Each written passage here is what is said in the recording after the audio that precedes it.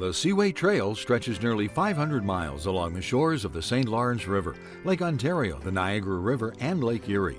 America's longest designated national recreational trail, the Seaway Trail runs from Massena, New York to Erie, Pennsylvania.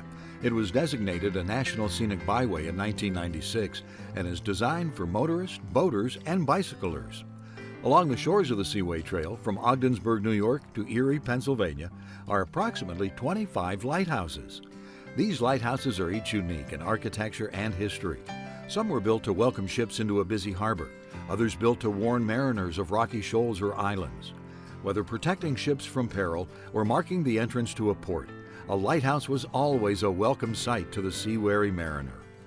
Early lights on the Great Lakes were built mostly of stone materials and housed the Winslow Lewis lamp. This lamp was a variation of the Argand lamp developed in Switzerland. It contained a circular wick, a mantle, a spherical reflector, and a green glass lens. The lens and reflector were not very effective, and the powders used to clean them wore the lenses out quickly. A new system was desperately needed. In 1822 in France, Augustin Fresnel developed the Fresnel lens. The light was refracted by prisms at the top and bottom of the lens, creating a single pane of light, which was then magnified many times by a powerful magnifying glass. This method produced a concentrated beam of light visible for several miles.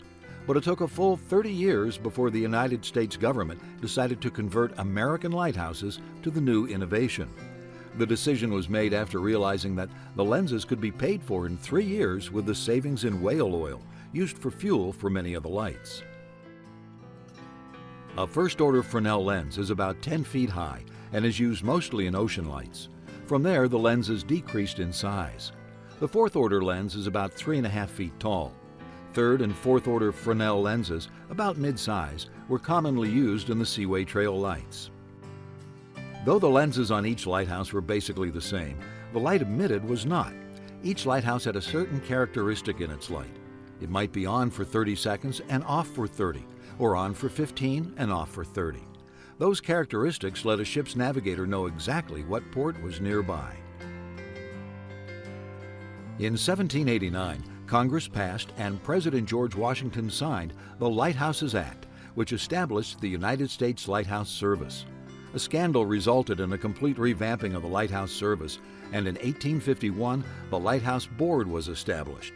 The Lighthouse Board renovated most working lighthouses in the U.S. to house the Fresnel lens and established strict standards for lighthouse keepers. In 1939, the Coast Guard took over from the Lighthouse Service, assuming responsibility for all aids to navigation.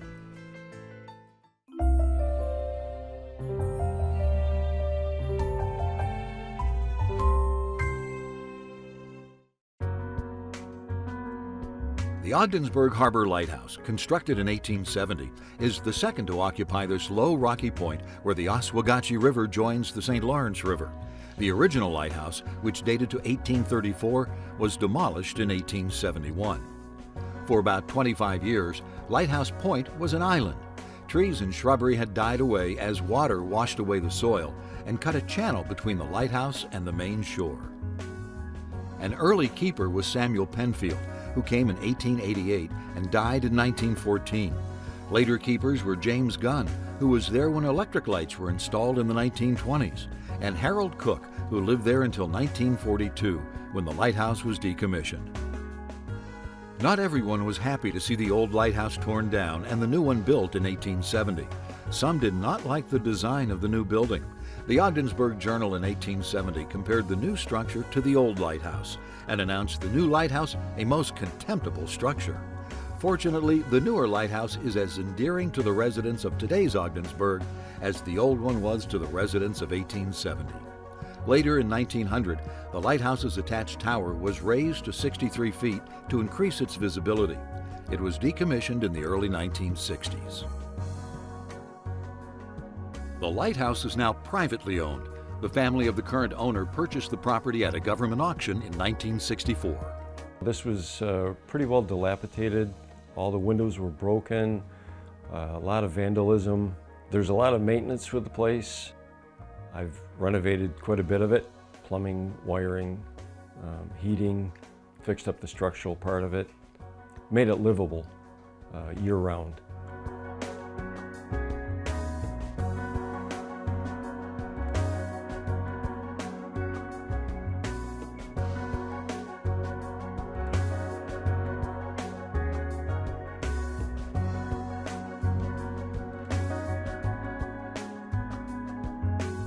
In 2011, the Coast Guard placed a light back in the tower, and it is once again a navigational beacon.